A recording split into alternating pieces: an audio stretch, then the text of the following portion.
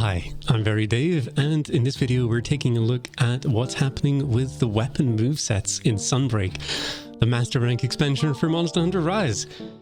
These things were revealed at the May 10th digital event, and they're big changes, so let's get into it. As the Colonel explains, the S5 plan does not stand for Solid Snake Simulation. What it does stand for is Switch Skill Swap Scroll System. the system's changes have two core elements. The first is 2 of each weapon's currently unchangeable moves, one Silkbind and one regular move, for example Longsword's Serene Pose, and one of its special Sheath Draw attacks, get an alternate move they can be swapped out with. And the second one is, and this is the big one, the ability to swap between 2 customizable loadouts of 5 switch skills on the fly during combat. Think of it like swapping from Zelda to Sheik in Smash Bros. You press your button input, you change your entire moveset, and those movesets don't use any different binds. Speaking of bindings, the default binding for swapping which set you're using appears to be L2, triangle, and circle on PlayStation controllers, Z, L, X, and A on Nintendo, and LT, Y, and B on Microsoft controllers. Thanks for keeping us on our toes. Looking at the UI for the Sunbreak Switch Skill Swap system, loadouts are labeled Swap Scrolls, the screen showing now each Swap Scroll set of swappable switch skills. Significantly, still, it's 2 switch skills swappable per slot, seemingly suggesting Sunbreak's swelling swathe of switch skills, some Silkbind, centers on substantially supplementing selection potential. Suffice it to say, today's letter is, the letter S. Yeah. In other words, broader choice both in and out of combat. Being able to configure which 5 skills we've got on each set, and the ability, it seems, to have the same skills in some slots and just different skills in others, means we've got a lot more flexibility in how we go about combat, with a peak of 10 skills available at any given point during a fight. And speaking of shiny new skills, there were quite a few shown off in the video. Let's have a little look at them. First up, Gunlance's new Silkbind switch skill is shown from 2 angles.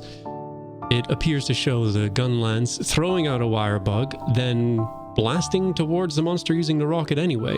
Kind of makes the Wirebug seem a bit pointless, but hey.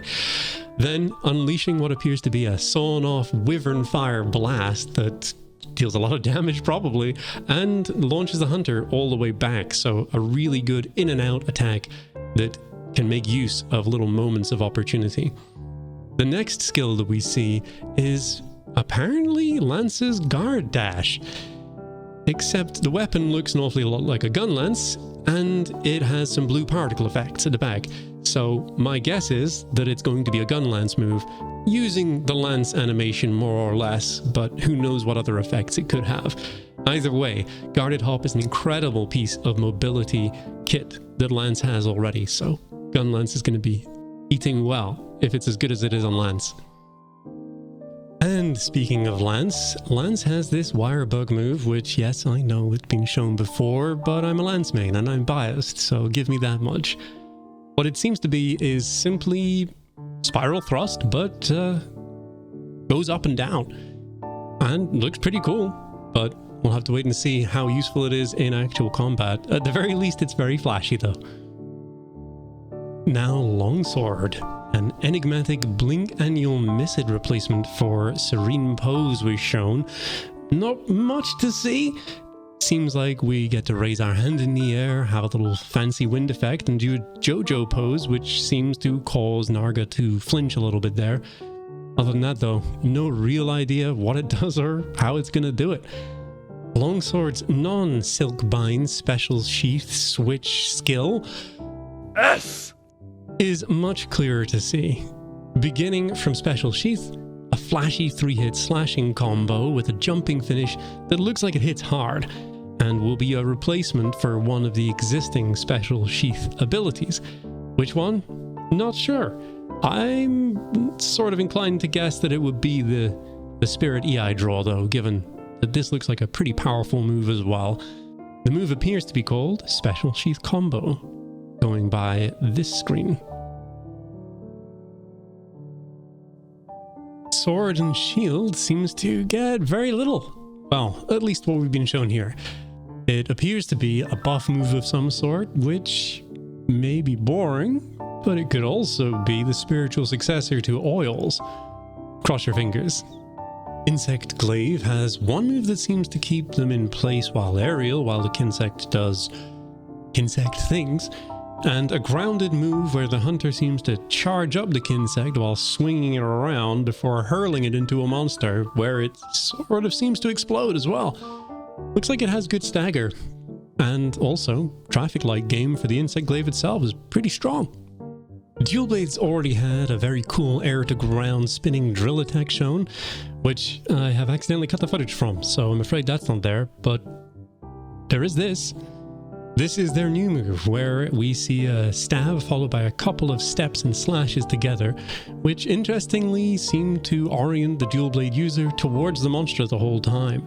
So could be good for getting around at close-up quarters, moving and attacking at the same time.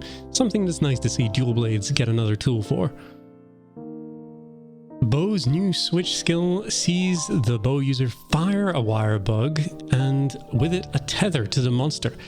Seems a little bit like Lance's Twin Vine, except this one has a couple of other properties, like it seems to cause the dodges that the hunter does to orient around the monster as its center point. It also, like Twin Vine, seems to have a maximum length. You can see there that it goes red, and probably means if you go any further, it'll break. It may also have some lock-on properties, and if it does, wow, that'll be pretty strong. Should be pretty fun to play around with. Light Bogan gets a very nice keep away / get out of jail free card with this blast and back jump ability. Another mobility plus offense tool added to its kit. The weapon itself also looks superb. Theostra might be jealous. Heavy Bogan looks to be getting a stationary firing mode, something I know a few people have been looking for. And this one looks like it should be quicker to get into than from, say, Wyvern Snipe, given it's more of a crouch than it is lying down. Either way, may not be anything super flashy, but I think it's going to fulfill definitely the wishes of a few Heavy Bowgun players who just want to be a turret. Greatsword gets a grand total of a fraction of a second, with the Wirebug jumping into the weapon seemingly with a buff. Presumably this will replace the current quick sheath travel buff that we have at the moment, which I forget the name of, but it's gonna have to be pretty good to do that. So who knows, maybe it's a one-off big hit buff that it gives you, or maybe it's something like Rocksteady, but who can say? The Swag Axe, also known as the Switch Axe, is getting a very fast, very potent looking uppercut for its new Wirebug move, and you're going to want to be able to switch between this and your current Silk Charger, the move that lets you zip along, recharge your switch gauge, and also make it so it doesn't go down for a while. Looks like it's going to be pretty simple, pretty fun. Charge Blade. Well, it doesn't look like much. Could be anything really. As far as I can see, it just looks like regular old charge sword in the shield, but who knows? I'm also no Charge Blade aficionado though, so hey, if you know better, post something in the comments, let me know, or make your predictions there. So, Hunting Horn gets a pretty acrobatic move. The interesting thing is their focus when they showed the close-up on the buff that comes as you land. Probably pretty good. Probably something to do with tunes, but who can say for sure? Either way, looks flashy, looks cool. Hunting Horn continuing to jam out. And last but not least, Hammer? I'm not even sure this is Hammer, but it's using a different model to the Hunting Horn that we've seen in the video, so probably also doesn't look like a Hunting Horn either, so there's that. But how different it is to when Yozo was in charge. Poor Hammer, barely getting a little scene at all, if this even is Hammer.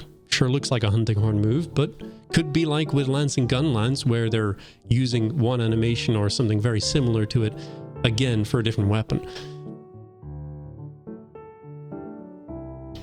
In addition to all of the new weapon moves, there's also the swap action itself, and more excitingly, the swap evade.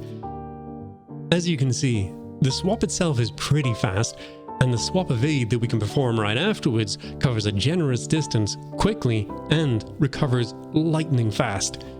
This lightning fast recovery means it has very little lag between ending that and going on to your next move. And in the example combos, we can see that put to full use. Look at the way this synergizes too. Helm Splitter spends a meter. The dash then swaps the weapon skill and then allows immediately a Sakura Silk Bind to get back the meter while doing a ton of damage and repositioning. It's fantastic. With the bow, I get the feeling we're almost seeing that possible lock-on of the new ability in action combined with the old ability, and you can see the potential of that. It's also a little bit easier to see there that it does seem like you will have to have that knowledge of monsters to really make the most of it for these larger openings. In conclusion, the new switch skills and swap abilities are adding a lot of hunter power without cranking numbers, instead offering greater mobility, move variety, and opportunity to flex experience and decision-making, resource management. If they can also strike the balance of the swap function being a strong but not necessary to progress feature, like say in Devil May Cry with its Trickster, Gunslinger, Royal Guard, all the better. Royal Guard! That's not to say there aren't some potential downsides. When it takes that much more of a time and energy investment to become proficient in a weapon, swapping away from it to try something else out is possibly going to feel like quite a big level down compared to now. There is the concern that with hunters being so much more powerful and mobile, monsters won't keep up. But looking at the footage here, they're really fast. They're getting lots of projectiles and lots of huge AoEs even on a low tier monster, so I'm not too worried about that. But I am very excited about all of the new moves. Anyway, welcome to the end of the video. I hope you've enjoyed yourself, and thank you for watching. You can find me streaming most days over at Twitch at twitch.tv/veryDave. And if you want to see more videos from me here, please like and subscribe. I will do my best to improve. Cheers.